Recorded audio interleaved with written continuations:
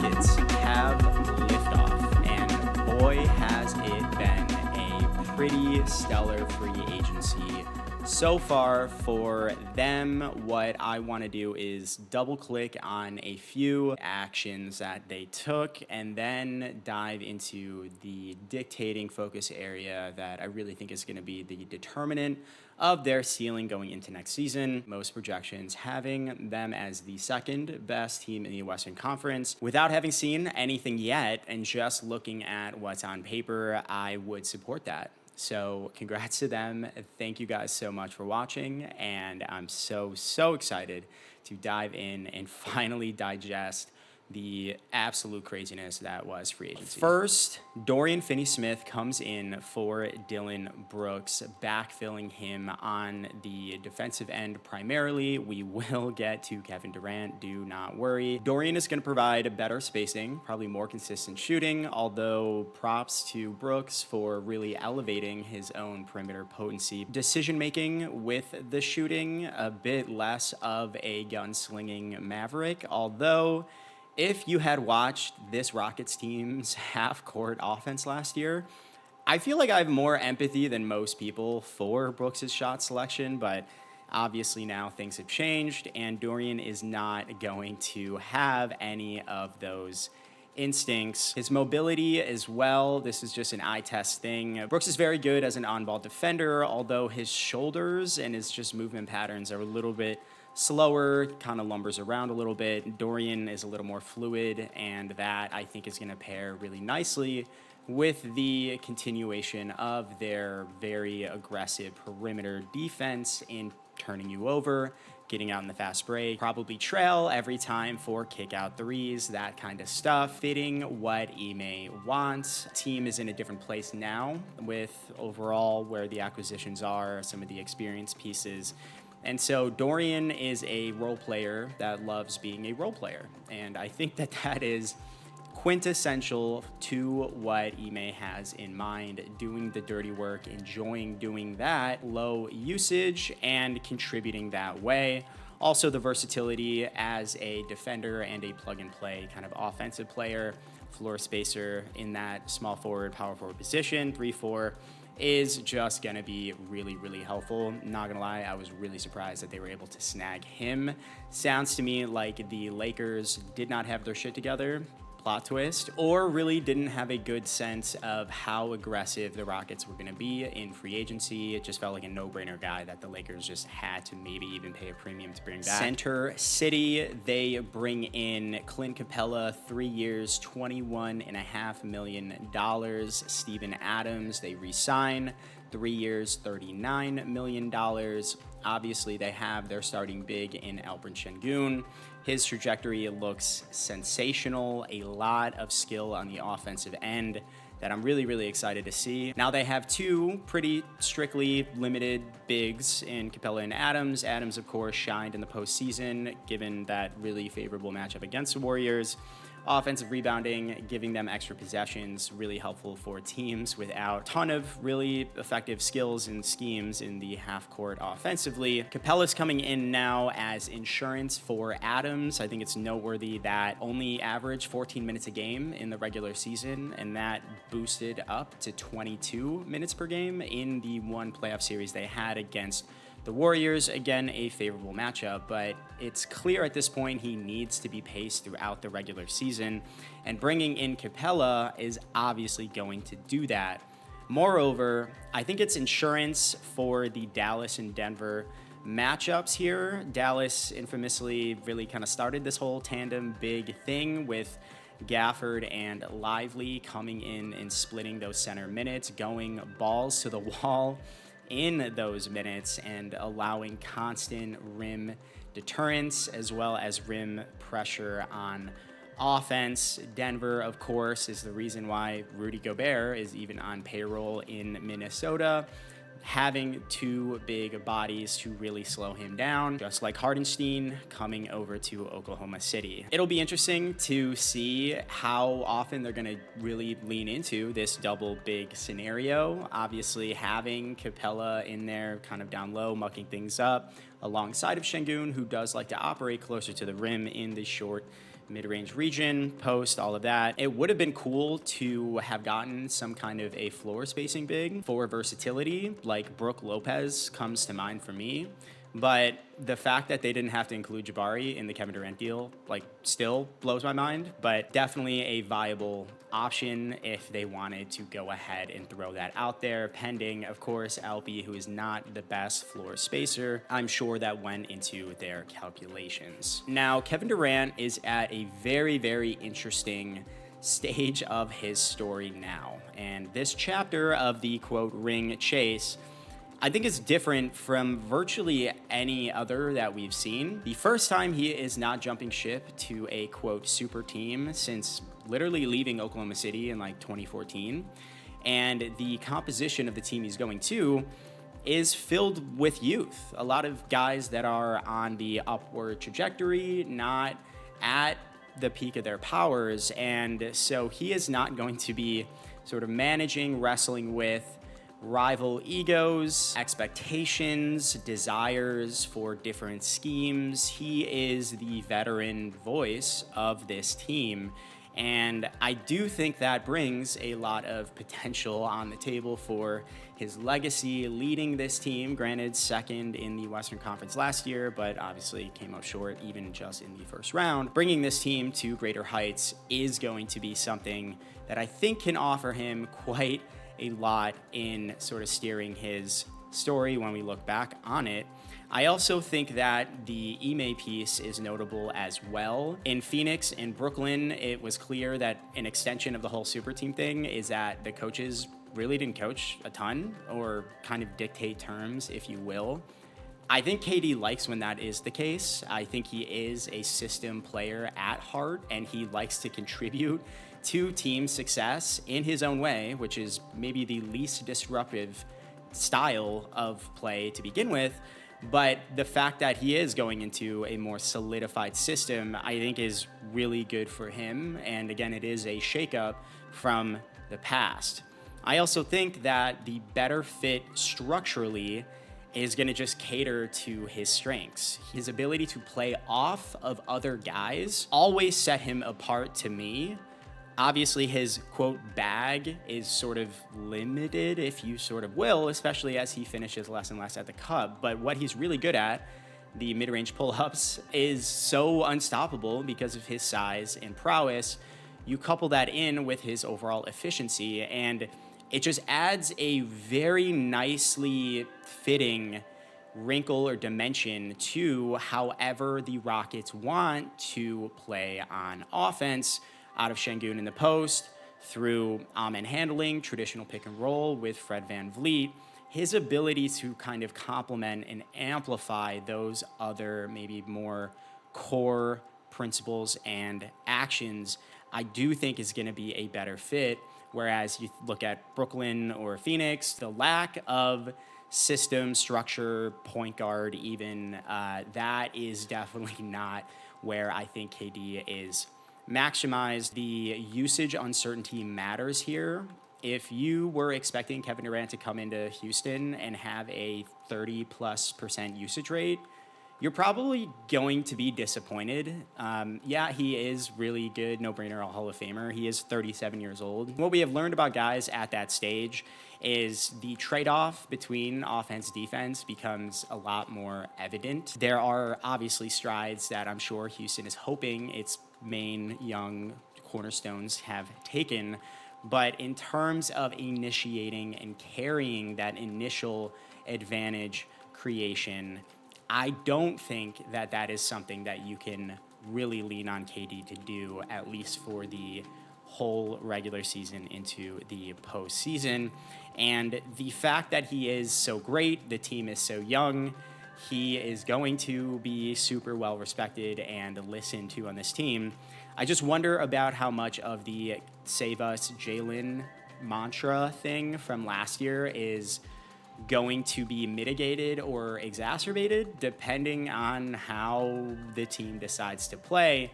Because last year in the half court, even with Steven Adams grabbing like half of the misses for the team, it was just another handoff to Jalen Green or Fred VanVleet in a desperate attempt to hopefully get some kind of offense here. A lot of possessions would come down to Jalen Green, please God save us, and then he makes poor decisions, and then he looks terrible, and then Ime makes it even worse by benching him, and yeah, you can probably tell I really don't think Jalen Green was set up for success on this team. Obviously, Kevin Durant is much better, but I don't think the team is gonna be maximized if that whole complex of, oh God, save us, 6 seconds to go on the clock, KD, please, that's going to get old fast, and that is why the focus area for the Rockets this year centers around the offensive half-court identity. What is going to be the bread and butter, and who specifically is going to initiate stuff? It builds on the idea of the usage concern or conundrum with Kevin Durant. I think most people recognize he is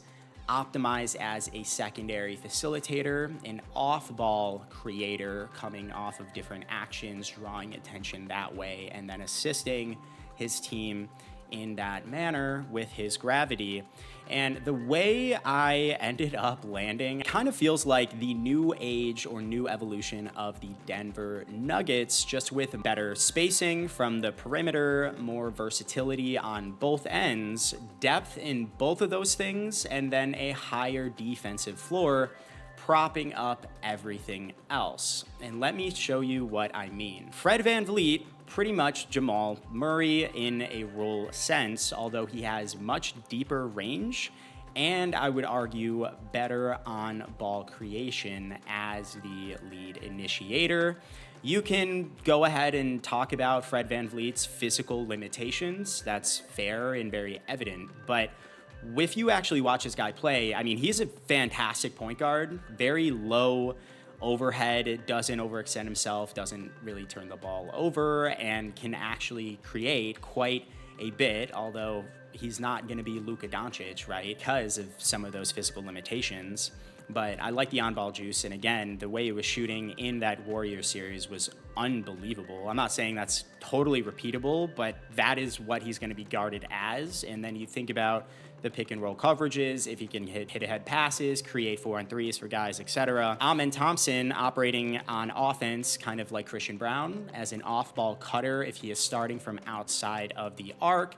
Or you can park him on the baseline just like Aaron Gordon, where he lurks around for dump-offs or offensive rebounds for putbacks. On defense, you have the clear Christian Brown assignment. He is going to be taking the toughest defensive assignment in your probably 1 through 3s. I put him in the archetype of Lou Dort, Alex Caruso, where they are actively trying to fuck with you and turn you over actively, as opposed to more of a Jaden McDaniels or Herb Jones, where they're really long and lanky and they're good at stifling you. They're not like getting into you and like actually bodying you. That makes this different because Christian Brown, for as good as he is as an on-ball defender, I don't think he's quite at that level. So Amen taking the toughest assignments, being able to offer the physical tools to actively turn guys over and then convert those turnovers himself because he is faster, more athletic than you are, I think is just really, really notable. For example, you just think about if Alex Caruso was on the Denver Nuggets in place of Christian Brown, how that might end up looking a little bit differently in the turnover department. Dorian Finney-Smith, obviously in that Michael Porter Jr. mold, a little bit more consistent shooting overall, in my opinion, although the highs of MPJ, as everybody knows, are really, really high.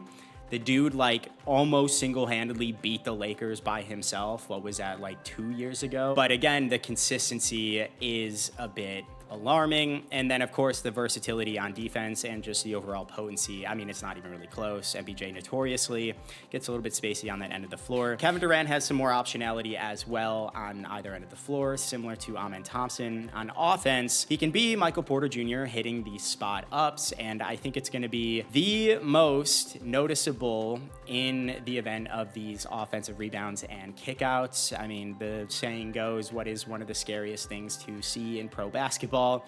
It is a kick out off of an offensive rebound to a wide open Kevin Durant sitting outside of the three-point arc, because he's going to hit the shot about 80 to 90% of the time. And what do you know? The Houston Rockets absolutely love getting their own misses.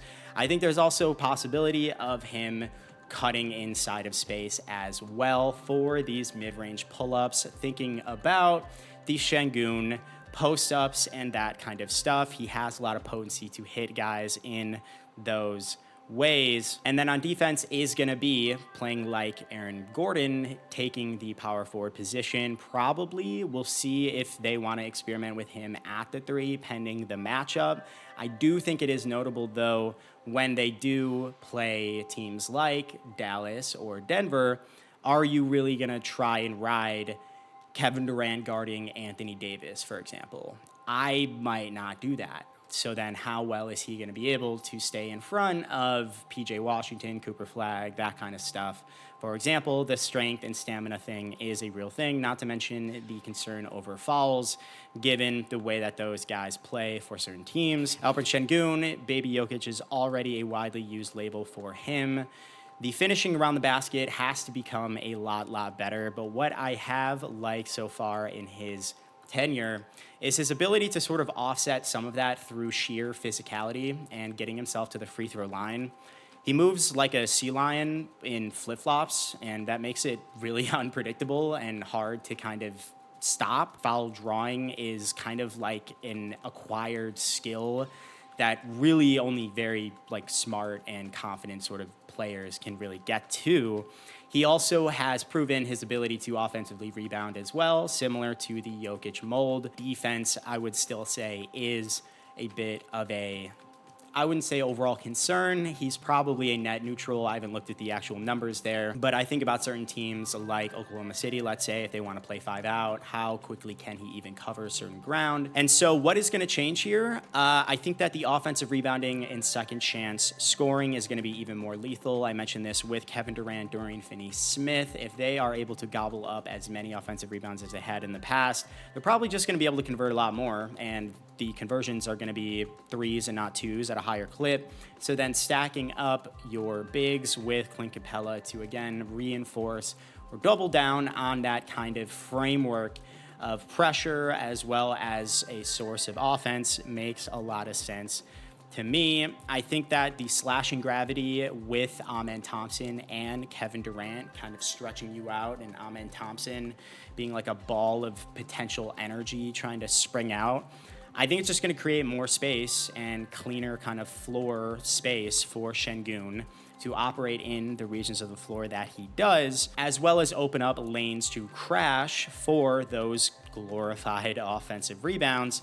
And there's just like a play that just comes to mind for me that I just don't know why I just see it happening quite a bit, is a Şengün post up on the block with his shoulder turned, beckoning somebody, and then just like the Nuggets, he'll make a fake move, dump it off to a cutting Amen who knows exactly when to do that, as they've, sort of practiced together and built that familiarity with each other. And then in one motion, Amen catches and then twists and then kicks it out to Kevin Durant, knowing that the help, is coming from his guy. And then you just get like a knockdown 3 or something in like 0.9 seconds total or something insane. What is going to be the same though? The Rockets are still going to be really focused on winning in the margins in a style that I call junkyard ball in their sort of honor. It is the type of offense where you don't have maybe a ton of skill or strategic potency in making these elaborate half-court schemes. You're really leveraging size, defense, and athleticism to turn over the other team, score in transition, get yourself to the free throw line by being super physical, getting offensive rebounds for easier second chance points because, again, you're huge and fast and athletic. That style of play to me is really a great sort of breeding ground for great teams, because if we learned anything in this past playoffs, it's what Mark Daigneault said after they won Game 7 of the finals that is probably going to resonate with me for the rest of my life. One thing I learned is, you don't really, it's hard to get to your ceiling as a team in the playoffs when you're playing great teams over and over again. It's really about how high your floor is. And I thought was the mark of our team. I mean, you have to really grind it out, and it's an endurance race. And you have to be able to win in the mud. You have to be able to win ugly. You have to be able to gut it out. And that's what we did. The team did an unbelievable job of that. When I hear terms like floors, it really just means a few different things, not very many. It's defense and more controllable plays than jump shots or threes. You can get pretty good at getting yourself to the free throw line. You can hustle for offensive rebounds. You can really sit down and guard and try to turn over the other team. These are all sort of controllable margins that you can hunker down at. And what do you know? The two teams in the finals were some of the most handsy, physical, relentless, and deep defensive teams in the NBA, and they found themselves in the NBA Finals. Do think Brooks leaving is a single tier, but I really do think Ime is going to be championing this whole sort of defensive mantra stuff with his psychopathic military coaching style, which, again, necessary for youthful teams, but I don't think this whole defensive tenacity and buy-in and their defensive identity is going to be eroded whatsoever. I really think Ime is going to ensure that doesn't go anywhere. But most importantly, too, is the hunger piece. I think for the guys coming back, running it back, that were on the team last year, so like almost all of them, finishing the regular season as a 2 seed and then taking the Warriors, sure, a veteran opponent to 7 games, but losing in the first round only. That's got to be pretty frustrating. I also want to reinforce the Kevin Durant legacy angle to all of this. Fork in the road moment, stop with the super teams, help a younger up-and-coming team that has a lot of the key ingredients to winning in a new modernized era where team egalitarianism is important, defensive identity is non-negotiable, and we've already seen last year that he more than likely was and is the missing ingredient to take this team over the top. So the parting question that I have that I believe will dictate the ceiling for the 2026 Rockets is how much is Ime Udoka willing to allow for development versus winning right now. This is something I was touting a ton last year, specifically around Reed Shepherd, and wouldn't you know it, he has to play a very, very significant role as backup ball handling is probably the only air quote hole of this entire roster now. Last year, I really felt like Ime was prioritizing winning as many games as possible with the guys he knew he was going to roll into the postseason with, and Reed Shepherd finds himself unable to get off of the pine and develop any degree of experience. And so now that he is clearly going to be needed, I am just really, really curious how much of a leash Ime allows Reed and also Amen to play through mistakes as the secondary backup facilitators or just lead initiators. Amen Thompson displayed a ton of on-ball juice as a play creator and finisher individually towards the end of that Golden State Warriors first-round playoff series. And I think all of us could see with his pretty much unmatched athleticism in the NBA, and you think about offensive rebounding, him and Zion might be the 2 fastest second bounce guys in the NBA, but as an overall package, I mean, it's probably Amen and then Anthony Edwards and then Zion. I don't know. We'll see what kind of shape he's in. But he's borderline in his own kind of echelon of athleticism. So the idea of him being a singular individual scoring force is not that surprising.